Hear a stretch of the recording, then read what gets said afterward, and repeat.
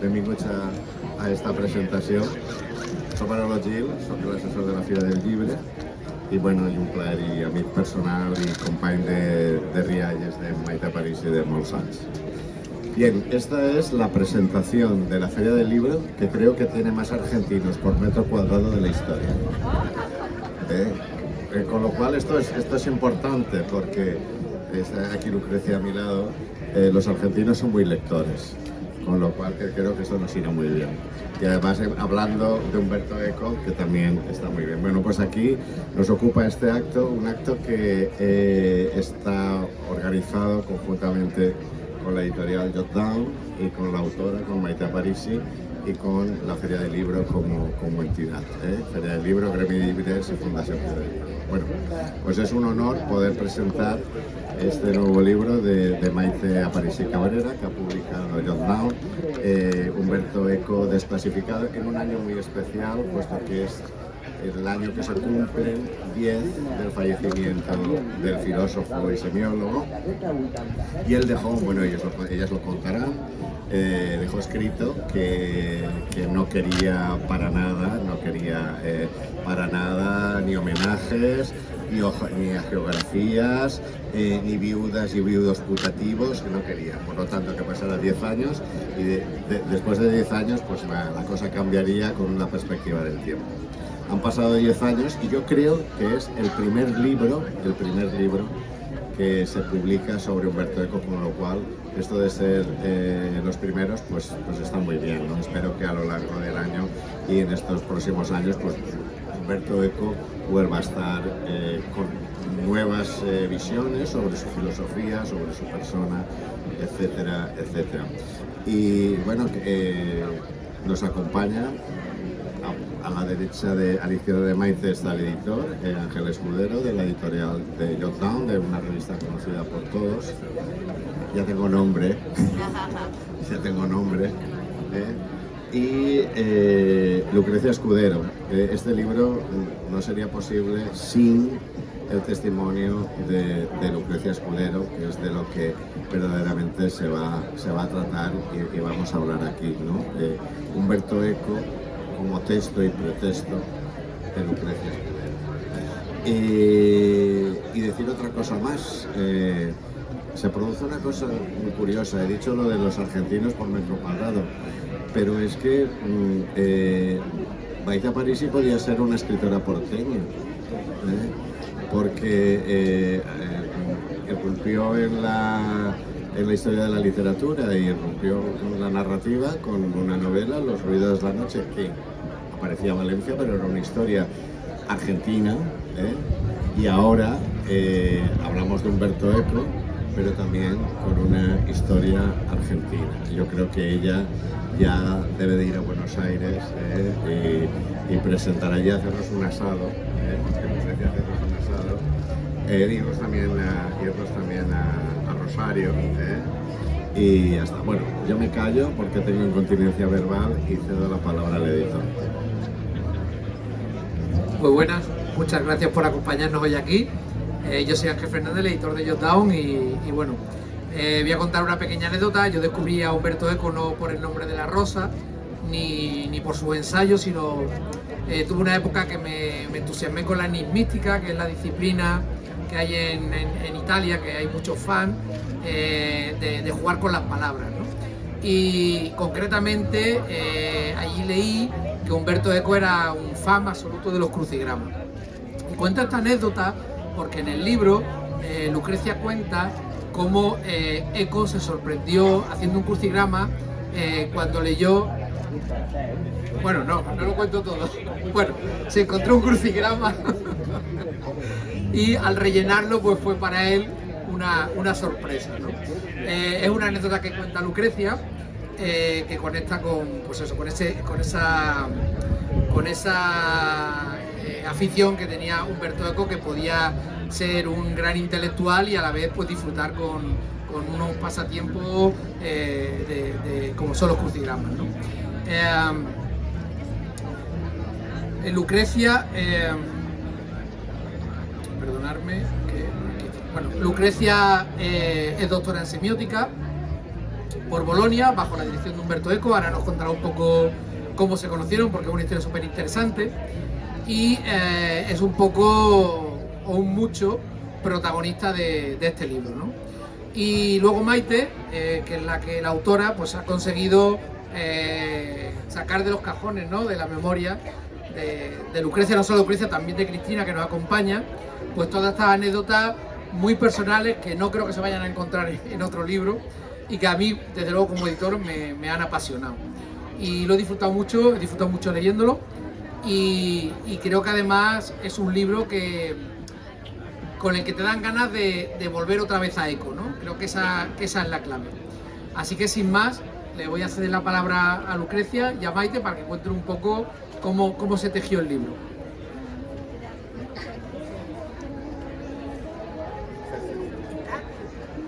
Bueno, muchas gracias por estar aquí con nosotros en un libro de Eco que se llama Diario Mínimo. Daba una serie de instrucciones sobre cómo cuidarse mucho de las viudas, porque las viudas tenían la característica de mentir y de contar historias que después no eran.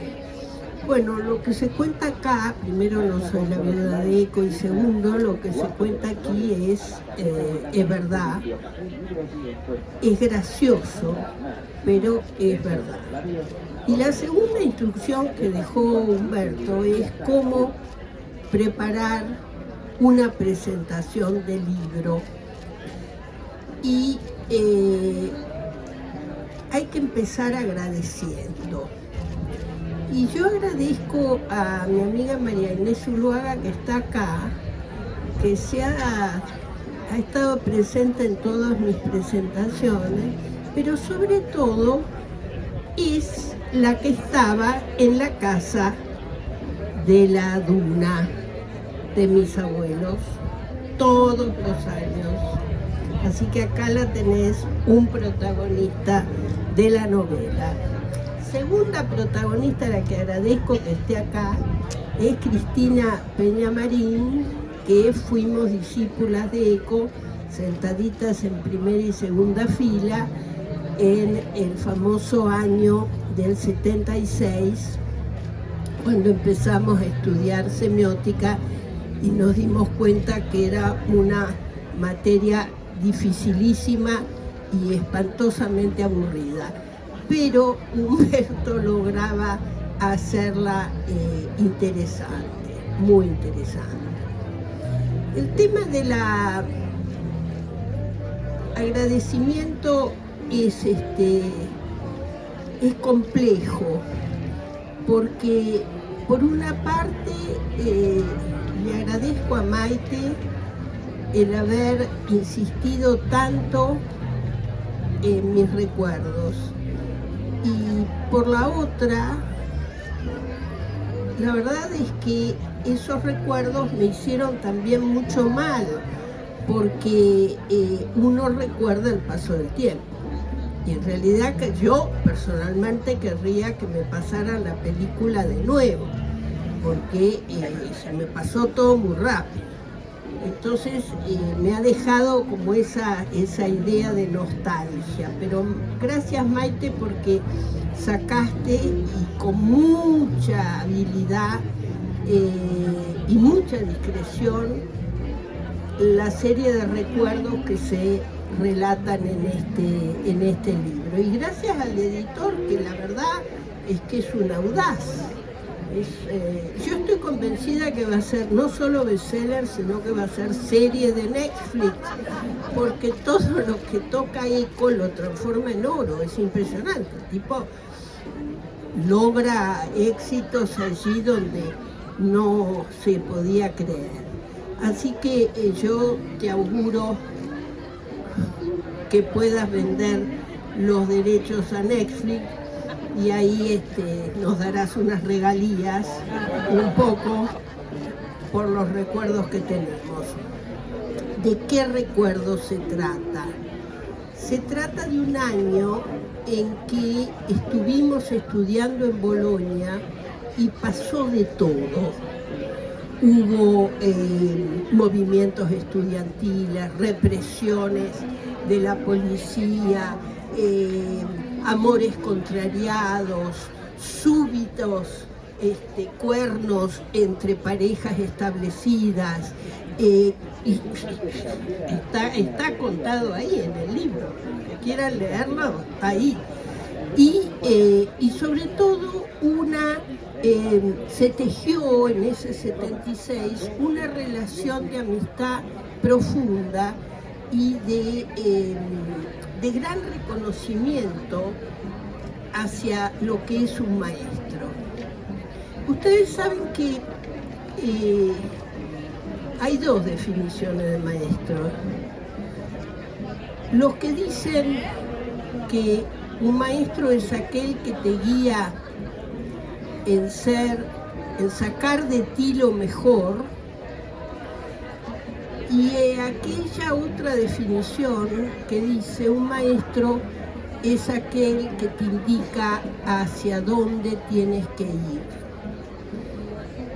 Yo creo que Eco era un maestro severo que exigía de ti la excelencia. Exigía, y de hecho él decía, no puedo poner mi firma en un producto que no sea perfecto, y exigía la excelencia en el pensamiento y en la escritura, pero al mismo tiempo no era coercitivo. Era un hombre que te dejaba en libertad, no era un tirano. Porque hay maestros que son tiranos, que quieren que tú seas exactamente lo que ellos quieren. Y Eco era un hombre que te dejaba libre, no para hacer pavada, porque en ese sentido era severo, como dije, sino que te dejaba libre en la expresión de tu creatividad y de lo que se te podía ocurrir. Y si ustedes abren los libros de Humberto, van a encontrar que ha citado no solo a genios que había que citar, ha citado también a sus estudiantes, porque él escuchaba a los estudiantes y sacaba ideas de lo que los estudiantes decían. Esa generosidad, que es una generosidad sacada de la humildad, la humildad frente a la ignorancia, creo que es característica, ha sido característica de él como maestro. Bueno, yo tengo una gran gratitud, siento por él una gran gratitud, y también por ustedes que están escuchando estas historias, estas breves historias sobre un gran maestro. Gracias, Maite.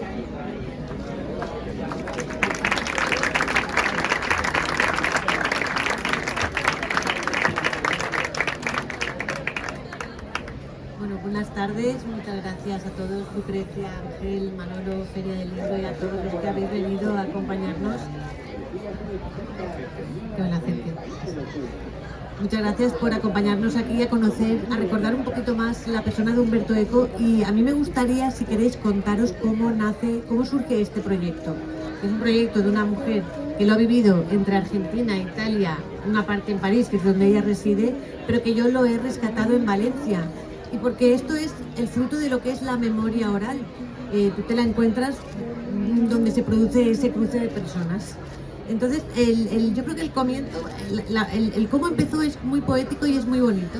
Fue el verano del 2023, un amigo común, un editor, también argentino, franco-argentino, Carlos Ismerkin, había organizado una cena en su casa, y Lucrecia casualmente había caído a mi lado. Éramos un grupo de personas, y hubo otras con las que no hablé esa noche. Y en un momento dado de la conversación, yo le pregunté a Lucrecia, ¿y tú a qué te dedicas? Y ella me contestó, soy semióloga. Y yo le dije, anda, con Umberto Eco. Digo, ahora me dirás que lo conociste. Y la verdad es que lo que pasó a continuación, ahí empezó el libro. Porque me miró, fue una mirada perturbadora. Tú no la recuerdas porque no la recibiste, pero yo sí. Me miraste, los ojos te brillaban. Me miraste entre dureza, nostalgia, no sabe la que le viene encima. Y me dijiste, éramos como familia. Durante 40 años he pasado mi familia y la suya las navidades juntos. Y claro, periodista, dije, aquí hay un reportaje. Y yo le dije, ¿me dejarás que algún día te pueda entrevistar? Y ella me dijo, sí, pero más adelante, porque ahora todavía no podemos hablar de él. Y entonces me contó esa especie de maleficio que había dejado por escrito en su testamento Umberto Eco, donde decía que no quería que se escribieran, que se hablara de él, que se homenajeara durante los siguientes 10 años a su muerte. Y esa fecha acababa el 19 de febrero de este año 2026. Entonces, cuando Lucrecia y yo empezamos a hablar, me dijo, vas a tener suerte porque con todo lo que te va a llevar de tiempo, esto verá la luz cuando Lucrecio... Es la mejor palabra que podía decir Lucrecio, porque es que estáis fusionadísimos, Humberto y tú. Dijiste, cuando Humberto nos permite hablar de él, a partir de febrero de 2026. Bueno, el proyecto empezó en 2024, empezó como un proyecto periodístico. En realidad yo creía que ahí iba a acabar y publiqué un reportaje en la página, en la web de APUNT, donde yo trabajo, la Televisión Autonómica Valenciana, para los que no seáis de Valencia. Pero un buen amigo mío periodista me dijo, tienes un libro. Y yo, la verdad, enfrentarme a un libro de Umberto Eco, estarás de acuerdo conmigo que asusta. Y yo le decía que no. Y tanto me insistió que revisé las notas y me di cuenta que si no hacía el libro se iba a perder mucho de toda esa memoria oral y de esas conversaciones que habíamos rescatado. Y bueno, ese fue el cómo comenzó el proyecto. ¿En qué se ha convertido? Pues se ha convertido en un ensayo literario que yo diría que es muy entrañable, es divertido, es fresco. No necesitas conocer a Umberto Eco porque, por desgracia, gente de 20 años no sabe quién es Umberto Eco. De 30 años empiezan a tampoco saberlo, pero bueno, a partir de los 40 sí. Entonces, este libro no está escrito para los que lo conocen, que sé que lo van a valorar. Está escrito para esas personas que quizá les apetezca descubrir quién era ese hombre que era capaz de emocionarse cuando estando en Nueva York llegaban a una discoteca y un amigo no quería entrar. Ese capítulo es mi favorito, se llama Otoño en Nueva York. Ese sí quedará para una película en Netflix, solo el capítulo. El libro puede que también, pero el capítulo no tiene desperdicio, pero te resume cómo era esa persona inquieta que estuvo en el lugar donde se estaba presentando el nacimiento de la música disco en el mundo, y estuvo escuchando en el estudio 54, y ese día allí estaba Lucrecia. Por favor, cuéntanoslo otra vez, porque es muy divertido. Entonces estábamos en Nueva York, varias personas, porque Humberto tenía un amigo millonario que había invitado a sus clientes en un avión, y ahí nos colamos varios semiólogos, y por supuesto estaba Humberto, que no era colado sino invitado. Llegamos a Nueva York, yo estaba parando en casa de unos profesores, todos los demás estaban en el Hotel Madison, y a la noche decidimos juntarnos para ir a bailar a Estudio 54, que era la discoteca absoluta de, como vos bien decís, la música disco, y una especie de mito en sí mismo. Porque eso es cierto lo que dices, Maite. Eco era un gran curioso sobre todo. En el grupo, bueno, entonces llegamos, ¿no?, en distintos taxis al 54, que estaba lleno de gente en la vereda. Había millones de personas, bajaban gente célebre, como la mujer de Michael Jackson, de Jagger, Florinda Bolton, top models. Bueno, era una cosa, fotógrafos, por supuesto.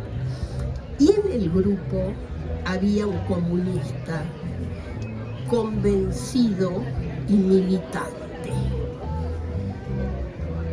Nuestro querido amigo Mario, que murió, que era director también de una editorial muy prestigiosa de Rimini. No va este tarado que nos hace una arenga sobre el capitalismo y sobre el horror que sería entrar en ese antro de perdición en el que se regodeaba toda la crema del capitalismo mundial. ¿Cómo podíamos entrar ahí?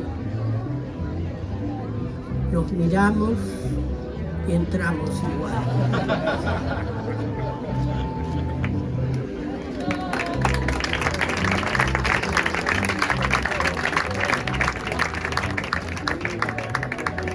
La verdad es que es un libro que desde que, o sea, ya el comienzo es muy original, muy original, tiene una historia muy intensa, personal, vivida por Lucrecia, que es la que le va a llevar a conocer a Humberto. Pero a partir de ahí se van sucediendo los años, el compartir experiencias, no sé cómo decir, es decir, toda esa riqueza de convivencia que nos ha dado una cantidad de detalles personales que nos cuentan cómo era ese Humberto que desconocemos y que no es el semiólogo que todos creían, o el profesor, o el escritor del Nombre de la Rosa. Era algo más, era un gran amigo de sus amigos, era un amante de la ironía, de cómo jugar con ella para conectarse con los demás. Y la verdad es que ha sido una fuente. Yo creo que si siguiéramos entrevistando saldrían más capítulos, pero había que parar. A mí me gustaría que nos contaras, ahora que has leído el libro y lo has leído estos días, porque tengo que deciros que Lucrecia no leyó nada de lo que ha aparecido aquí hasta esta semana. Es decir, yo a ella, la manera en que trabajé su memoria, para ser lo más respetuosa posible, lo que hice fue entrevistarla, extraerle todo y yo devolverle toda su memoria para que ella la revisara. Y le pedí que me dijera si estaba de acuerdo con su memoria, con sus recuerdos. Si tenía que hacer alguna modificación, por supuestísimo. Todos esos recuerdos yo los tuve que contrastar cuando se trataba de fuentes, o sea, de datos históricos, o si hablaba de artículos periodísticos publicados o artículos en revistas. Pero una vez ella ya estuvo de acuerdo, fue cuando ya empezó la fase creativa. Entonces, Lucrecia ha leído el libro esta semana, hace unos días, y me gustaría que nos contaras ¿qué te ha parecido? Pregunta de $1.000.000. Voy a confesar que yo no leí primero el libro. Lo mandé a mi hijo a que lo leyera porque tenía miedo de que salieran cosas que no tenían que salir, pero no por censura, me daba no sé qué. Entonces ahí fue mi hijo Manolo, con todo lo que he pagado por su educación, bien podía hacerme este favor, y entonces va y lee el libro. Y me llama por teléfono y me dice: mamá, es buenísimo. No me digas. Sí, te aseguro que es buenísimo, está muy bien escrito, además es divertido, respetuoso, fantástico. Y ahí entonces yo abrí el libro. Una vez que me dijeron que podía leerlo con tranquilidad. No solo eso, sino que Carlos Smerkin, yo había cumplido de no enviar el PDF a nadie. Pero Maite, vos se lo enviaste a Carlos Smerkin. Entonces me recibo un WhatsApp de Carlos que dice: Lucrecia, qué libro fabuloso ha hecho Maite, qué escritura, qué sensibilidad. Bueno, digo, ahora lo leo, estoy obligada a leer esto. Y me encantó. Estabas aterrada. La verdad, sí, estaba aterrada, y lo sabe que estaba aterrada. Todo el mundo supo que yo estaba aterrada. Porque ahora nosotros, con Cristina Peñamarín, vamos a Bolonia al famoso congreso, y creo, Maite, que tú también vas a estar, Yo también. al famoso congreso de los 10 años de después de muerto Humberto. Entonces, yo estaba aterrada en el sentido de a ver si había citado a la gente correcta o no, o me había olvidado de alguno, porque después te la cobran. Así que, pero están todos, está muy bien, está captado el espíritu de lo que era la vida ahí, todos nosotros, los estudiantes y Humberto. Humberto tenía una característica, porque no era solo Humberto, Humberto tenía era un imán de gente inteligente. Entonces vos estabas con él y de pronto estaba Noam Chomsky, estaba Maldonado, Kenzo, el modista Kenzo, no sé, era Humberto Eco y, como decía Miguel de Unamuno, sus circunstancias. Sí, estaba rodeado siempre de gente, era un imán por lo cual era muy interesante estar con él, porque también estabas con los otros. ¿Tú quieres decir algo, Manolo? ¿Tú que has leído el libro también? Te invito a que digas algo. Te invito a que digas algo. Bien, pues coincido con Lucrecia en muchas cosas. Yo ya soy crítico con los amigos, pero cuando es necesario echar flores, pues se echan. No comerlas, porque para comerlas ya está la Sobral, ya se las come todas las flores, pero sí lanzar flores. Es un libro, soy editor, llevo muchos años en el mundo del libro y pocas veces caes con unas prosas tan cristalinas como la de Maite. Yo tengo un vicio cuando escribo, cuando leo, y es que no puedo dejar de ser editor. Es horrible, porque vas buscando la construcción que está mal, dónde está la concordancia mal. Yo tengo mis manías, y mis manías son los guioncitos. Y puedo decir que en Humberto Eco desclasificado hay mucha acotación, con mucho guioncito, pero están donde tienen que estar. No hay ninguna repetición, es decir, es una prosa cristalina, muy bien escrito, muy ágil, que te atrapa, y tiene una gran originalidad. La originalidad es que a partir de una historia de tintes políticos y de exilio y de huir de la dictadura de Videla, que es la historia de Lucrecia, nos lleva por el mundo, ¿no?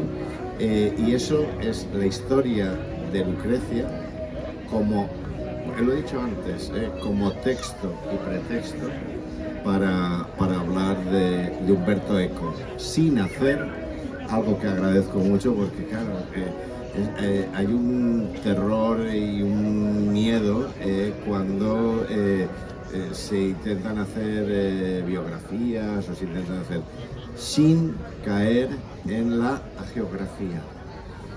Esto es un libro sobre Lucrecia, sobre la historia de Europa, del mundo y de la cultura a partir de la historia de Lucrecia sobre Eco, pero no es una vida de santo, con lo cual esto es mucho de agradecer. Yo espero que el libro tenga mucho éxito, sí que es muy cinematográfico, sí. Como mínimo tiene un imprescindibles de televisión española, como mínimo, tiene un imprescindible, así que el productor que vaya moviendo ahí sus hilos y el editor, y bueno, que es una invitación a la lectura de Eco. Ya en las primeras páginas ya te posiciona, ya te explica lo que es la obra abierta. Creo que ese concepto de obra abierta está a lo largo de todo el libro, lo mismo que está a lo largo de todo el libro ser apocalíptico o ser integrado. Nosotros creo que somos integrados y por eso vamos a Estudio 54. Bien, pues esto es lo que quería decir. Que hayan muchos libros más, y una cuestión, que seas porteña, que sigas siendo porteña desde Valencia, creo que está muy bien. Muchas gracias.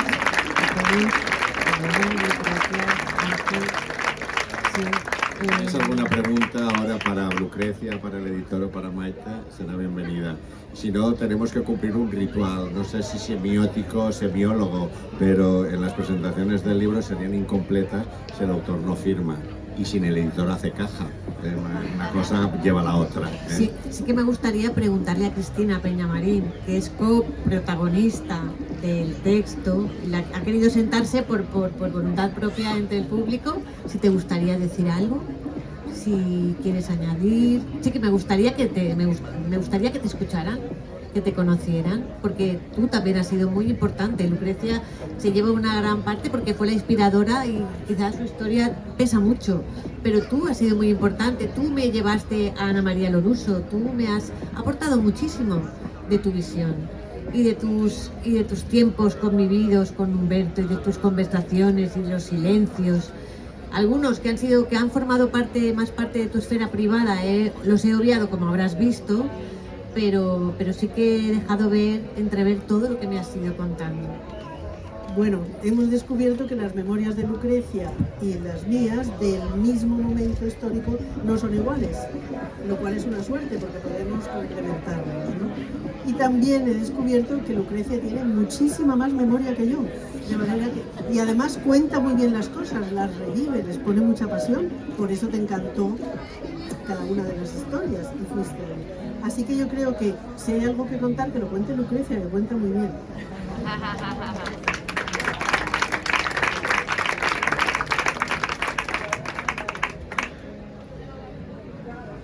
¿Vas a contar algo, Lucrecia? ¿Qué pasó en Estudio 54? Estaba Warhol, estaba Patti Smith, estaba Joel Alexandro.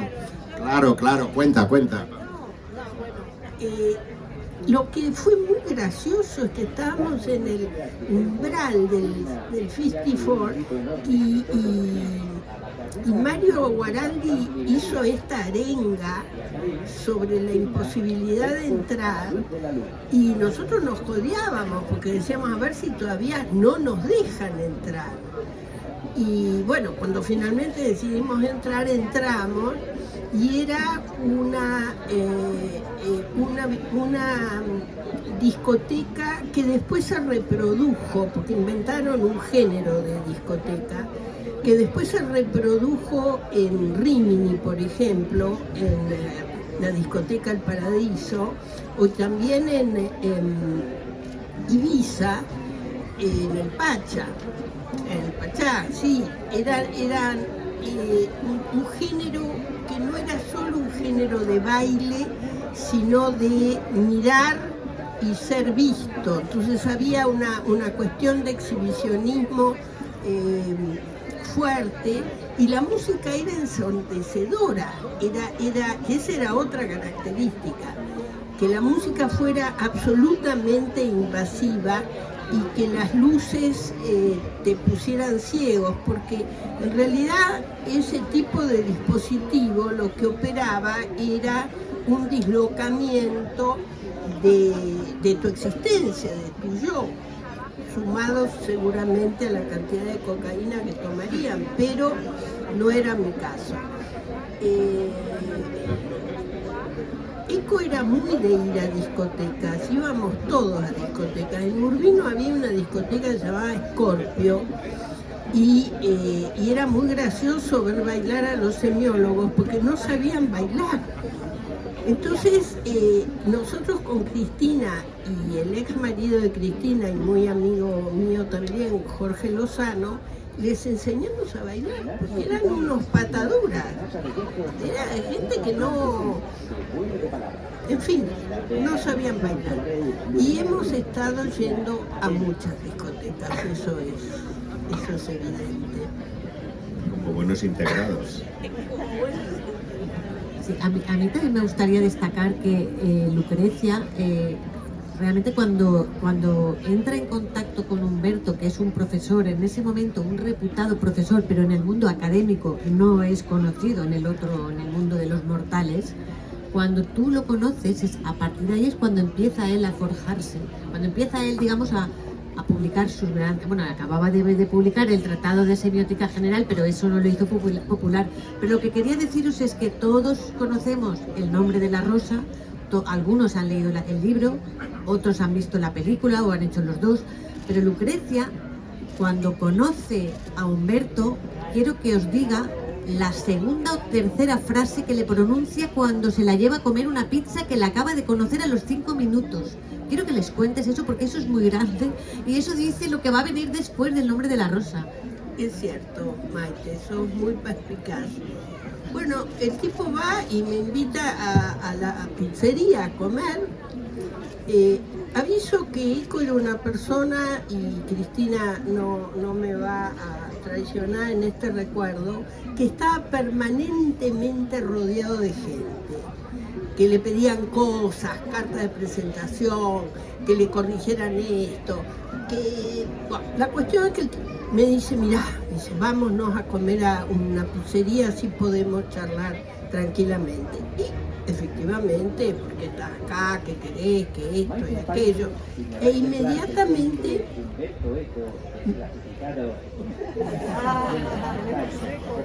Porque, un paréntesis, para que lo entendáis, ella acaba de aterrizar desde Argentina a Bolonia. Exacto. Para estudiar en el seminario de Humberto Claro, Eco. yo acabo No de se llegar. conocen personalmente. No nos conocemos. Y a los 5 minutos le dice, Me dice, me he comprado un convento en la región de Pésaro, en Le Marque, en Monte Cheriñones. No, digo yo. Sí, es un convento que tiene una capilla desacralizada, donde yo voy a poner mi teatro, y es una cosa muy grande. Y le digo, ¿y tu mujer qué te dijo? Y entonces me dice, cuando Renata me preguntó por qué, yo le dije, porque quiero pasearme por esos corredores con un candelabro encendido y probar el sentido del poder. A mí me pareció tan genial, tan gracioso, pero en realidad es lo que él dice respecto a cómo escribe sus novelas. Tiene primeras imágenes y a partir de ahí desarrolla el núcleo narrativo. yo lo que quería decir también es que cuando uniendo las notas con su vida y con su obra, es cuando me doy cuenta que él te pronuncia esa frase y al año, a los 9 meses, empieza a escribir El nombre de la rosa. A los 9 meses, es decir, a los 9 meses de haber coincidido con el grupo de españoles, Sí. grupo de españoles y que son durante 40 años íntimos amigos. Íntimo.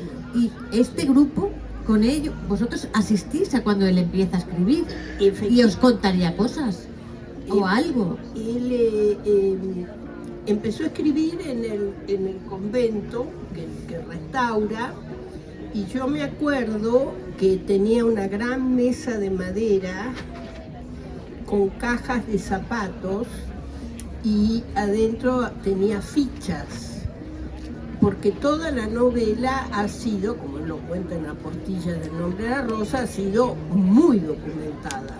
Él antes de escribir había viajado con su mujer para ver distintas abadías, para encontrar el modelo de la abadía que le parecía el más adecuado y que en realidad es una mezcla de distintas abadías que había visto en Alemania y en Irlanda.